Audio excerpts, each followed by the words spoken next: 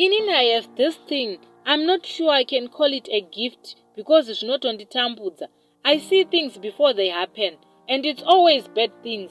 The worst part is even ndaoneswa, I can't stop it from happening. I started noticing this when I was still in primary school. Ndaiti if I think of someone a lot or kumurota consecutive days, paipera week would get news kuti either munhu afa or aita accident. So I would just say it's a coincidence. Until one day when I was in grade 5, I had felt asleep on the sofa, ndakatarisa mudenga, ndakarota nyoka yeblack yanga ine maziso ered ichiburuka from the direction yepandanga ndakarara ipapo. It was a big scary snake, and I tried to wake up, ndikaita madzikirira asingaite. My mom woke me up because she said I was screaming in my sleep, and I told her about the dream. Vakatondituka kuti zvimahora movie zvenyu zvamunoona izvi. The very next day, my brother was sleeping in the very same spot, and the ceiling collapsed on him. Akakuvara zvekutogara muhospital for 2 weeks. Since then, ndinongoita a premonition before hama neshamwari dzafa, or before something tragic happens to them. Sometimes ndikarotera munhu, I try to tell them, but people don't take dreams seriously.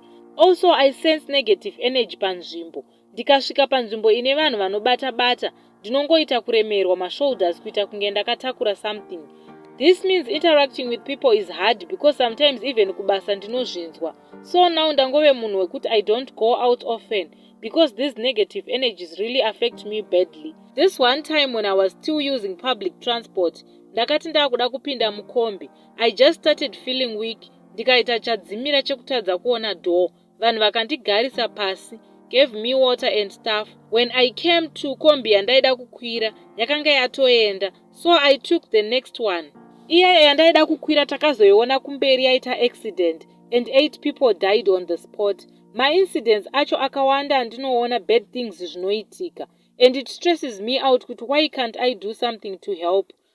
So this one time I told my friend about my problematic gift. Akati, let's go to this prophet anogona kukubatsira to block those dreams. We drove all the way to Hatfield, but takusvika paanoitira pacho, hana yangu yakangotanga kurova zvekutya zviya. Ndakatadza kana kubuda mumota ndichifila weak, zvekuti I ended up closing the car door and driving back. The minute I turned the car in the direction yekudzokera kutown, kutotanga kunzwa simba rakudzoka. Ndatove back to normal, zvekuti my friend akatofunga kuti ndaizviitisa.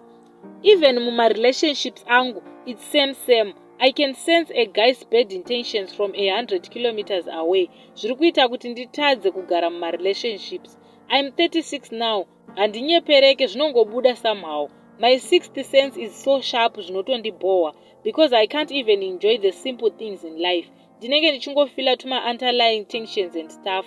I believe this so-called gift was the reason why my marriage failed. My father is late and my mom munhu who doesn't believe that such things exist.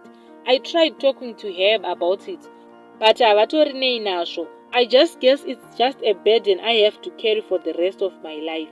So guys, ndibatsireiwo kuti ndingaitawo sei neizvi zviri kundinetsa muupenyu hwangu.